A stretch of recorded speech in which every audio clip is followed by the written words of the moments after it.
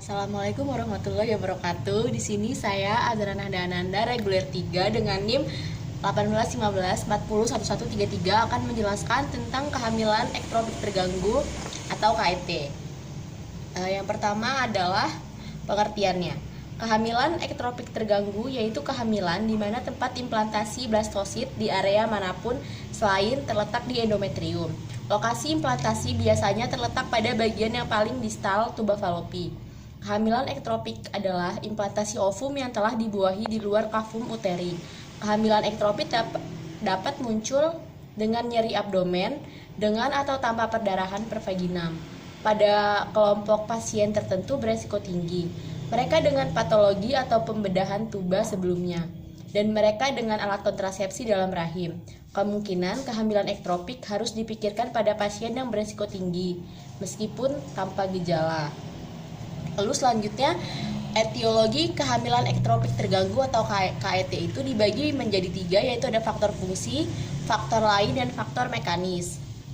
Nah, yang pertama itu ada faktor mekanis. Faktor mekanis ini karena adanya infeksi saluran telur kehamilan ektropik sebelumnya yang menyebabkan kehamilan ektropik selanjutnya. Lalu aborsi, kelainan tuba falopi yang sempit, panjang dan berliku-liku, dan adanya tumor, lalu adanya endometriosis.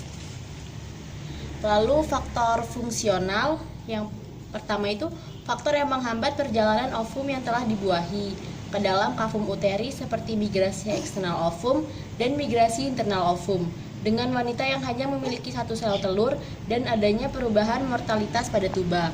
Lalu ada faktor lain yaitu kelainan zigot, penggunaan hormon esterogen, pembesaran ovarium, pemakaian antibiotik pada infeksi tuba, lalu wanita yang berumur sekitar 30 tahunan.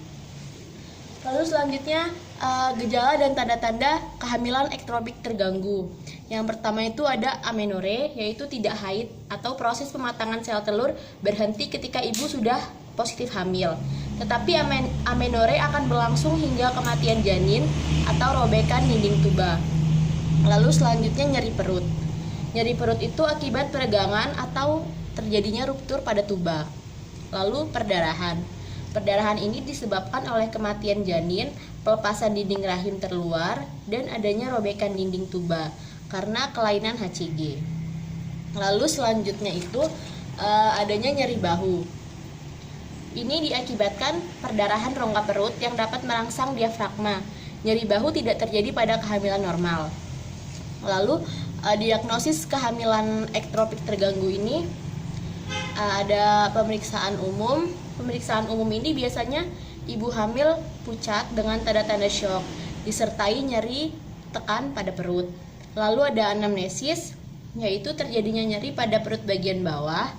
Lalu pemeriksaan ginekologi, adanya nyeri pada serviks apabila uterus diraba akan sedikit membesar.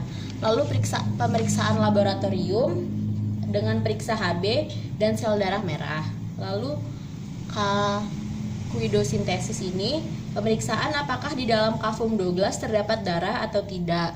Lalu selanjutnya USG, yaitu dengan adanya temuan kantong gestasi di luar uterus dan di dalamnya terdapat detak jantung janin. Lalu yang terakhir adalah laparoskopi, yaitu alat bantu diagnosis yang terakhir untuk kehamilan ektropik.